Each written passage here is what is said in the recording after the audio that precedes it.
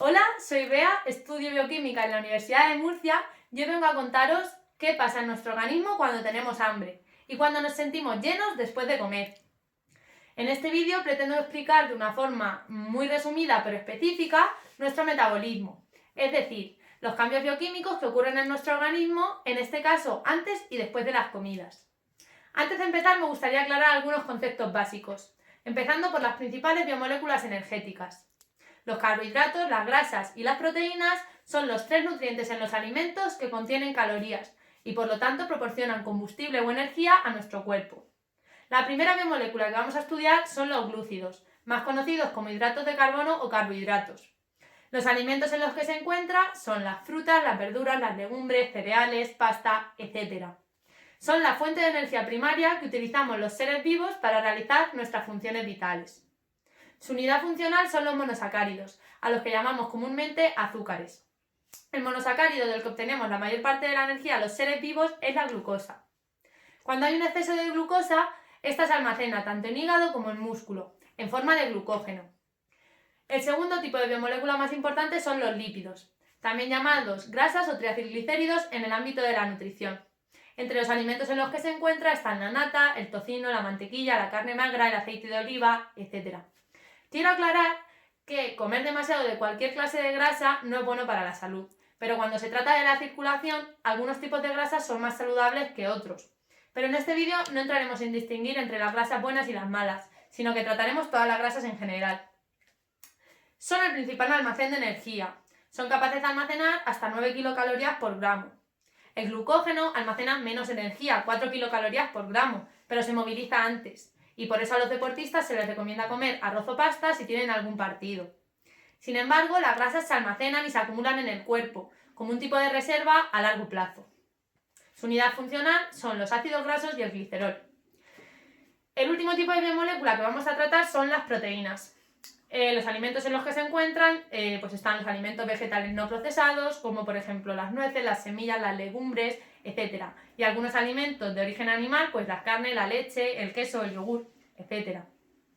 Su papel en la obtención de energía consiste fundamentalmente en oxidar el esqueleto carbonado de los aminoácidos para sintetizar muchos intermediarios del ciclo de Krebs. Todo esto lo explicaremos en más profundidad en un esquema a continuación.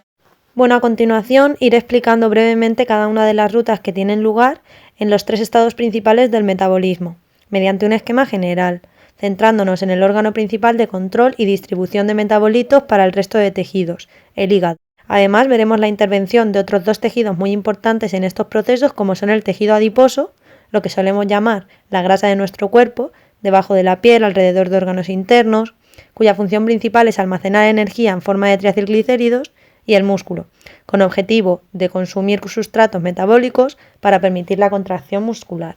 Comenzamos con el estado de metabolismo postprandial. Acabamos de comer, por lo que hemos ingerido grandes cantidades de polímeros de hidratos de carbono, lípidos y proteínas principalmente. En la digestión, estos polímeros se degradan en sus monómeros para que puedan ser absorbidos y luego transportados por sangre o tejido linfático en el caso de los lípidos. Dependiendo de la naturaleza del compuesto, requerirá asociación a proteínas para su transporte o no. En el caso de la glucosa irá libre y en el caso de los ácidos grasos, estos se reesterifican con glicerol para ser transportados asociados a proteínas, formando los kilomicrones. En este estado existe un predominio de la hormona insulina, que supone una señal de glucosa elevada en sangre, glucemia, con el fin de activar vías que permitan la utilización del azúcar, promoviendo su transporte al interior de las células. Este transporte se lleva a cabo a través de una serie de transportadores, como son por ejemplo el GLUT4, dependiente de la hormona insulina, para células del tejido adiposo, músculo y corazón, el GLUT3 para el cerebro o el GLUT2 para el hígado, órgano responsable de la homeostasis de glucosa.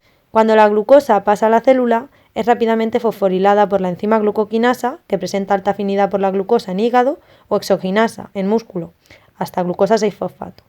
Esto se hace con el fin de que la glucosa quede compartimentalizada en la célula, impidiendo que vuelva a salir a la sangre a través de su transportador. Primero utilizaremos los azúcares, fundamentalmente la glucosa, en un proceso oxidativo llamado glucólisis, para aportarnos la energía necesaria. Esta se divide en dos fases, la primera de inversión de energía y la segunda de obtención de la misma. La primera fase consiste en transformar una molécula de glucosa en dos moléculas de gliceraldehído, mediante el uso de dos ATPs. pasando por una serie de intermediarios entre los que se encuentran glucosa 6-fosfato, fructosa 6-fosfato o fructosa bifosfato. En la segunda fase se obtienen 4 moléculas de ATP, compensando así el gasto de la primera fase. Las 2 moléculas de gliceraldehído trifosfato son convertidas mediante una serie de reacciones de oxidación, pasando por intermediarios que incluyen 1,3-difosfoglicerato, 3-fosfoglicerato, 2-fosfoglicerato, hasta obtener 2 unidades de una molécula altamente energética como es el fosfonol piruvato, que pasará a piruvato dando por finalizado este proceso. El piruvato entrará a la mitocondria para sufrir una descarboxilación oxidativa por el complejo piruvato deshidrogenasa, dando lugar a acetil-CoA, que entrará como intermediario del ciclo de Krebs o ciclo de los ácidos tricarboxílicos, para seguir obteniendo energía a partir del mismo. Si el balance energético de nuestro organismo no está en equilibrio, es decir, si el gasto energético de nuestro cuerpo es inferior a la ingesta calórica, se produce un superávit. Entonces podremos acumular esta energía en forma primero de glucógeno y luego posteriormente de grasas si ese superávit se mantiene. Reponer el glucógeno es fundamental para disponer en el músculo de energía rápida para su uso y en el hígado para poder mantener la concentración de glucosa constante en sangre. Esto se consigue gracias al proceso de glucogenosíntesis. Como hemos dicho, si seguimos gastando menos energía de la que ingerimos, podemos almacenar esta en el tejido adiposo en forma de triacilglicéridos, en un proceso llamado lipogénesis, que pueden proceder directamente de la dieta. En el hígado el ciclo de Krebs se detiene, ya que no necesitamos producir más energía, y ese acetil-CoA procedente de la glucólisis sale de la mitocondria por la lanzadera del citrato y se utiliza para la síntesis de ácidos grasos. Para que estos puedan ser transportados de nuevo al tejido adiposo, formarán triacilglicéridos junto con el glicerol trifosfato y se transportarán a través de la VDL hasta el tejido adiposo. En cuanto a los aminoácidos que llegan de la dieta, pues se utilizarán en la síntesis de proteínas en el músculo. El metabolismo postprandial tiene, por tanto, un efecto hipoglucemiante. Tiende a reducir la concentración de glucosa en sangre. Tras permanecer sin comer durante 10-14 horas por la noche, se invierten los cambios metabólicos postprandiales antes citados, pasando a un metabolismo con efecto hiperglucemiante, como es el ayuno breve. El organismo tiene que echar mano de sus reservas para obtener la energía necesaria para sobrevivir. A medida que se prolonga el tiempo, se irán poniendo en marcha unos mecanismos metabólicos adaptativos y así, dependiendo de la duración, se pueden distinguir las alteraciones metabólicas de las primeras 48 horas de las que ocurren en los días siguientes e incluso semanas. Estas reacciones a tan largo plazo corresponderían al metabolismo del ayuno prolongado. La principal prioridad en el ayuno es que no falte glucosa al cerebro y a eritrocitos, que son dependientes de la glucosa. Durante las primeras 24 o 48 horas tras la ingesta de comida, tiene lugar una disminución de la glucemia e insulina. Aumentará entonces la señal por glucagón, que busca aumentar la concentración de glucosa en sangre. Para ello utilizamos las reservas de glucógeno anteriormente sintetizadas, que durarán entre 1 y 2 horas, proceso llamado glucogenólisis. Cuando éstas se agoten, se iniciará el proceso de gluconeogénesis, que tendrá lugar en el hígado, en el que se sintetiza glucosa a partir de componentes no glucídicos, siguiendo el sentido contrario a la glucólisis.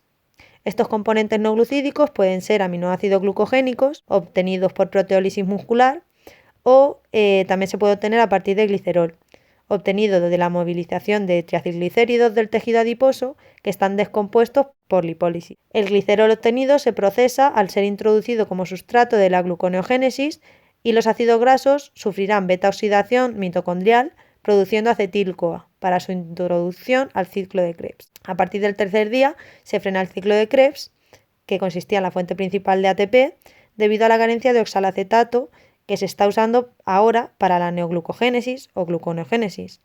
Por tanto, los acetilos provenientes de la beta-oxidación se van a acumular y se utilizan en un proceso llamado cetogénesis. Es decir, son transformados en cuerpos cetónicos, como son el acetoacetato, la acetona y el beta-hidroxibutirato, en el hígado.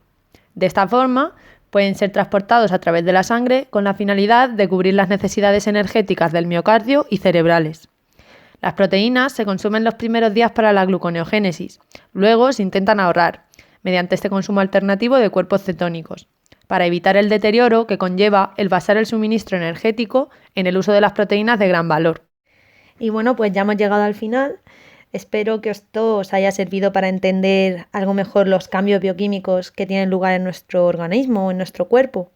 Quería agradecer a mi maravilloso amigo Juanjo su gran ayuda produciendo el vídeo y a todos vosotros pues por verlo, por interesaros en el maravilloso mundo de la ciencia y por hacerlo a través de mi canal. Hasta pronto.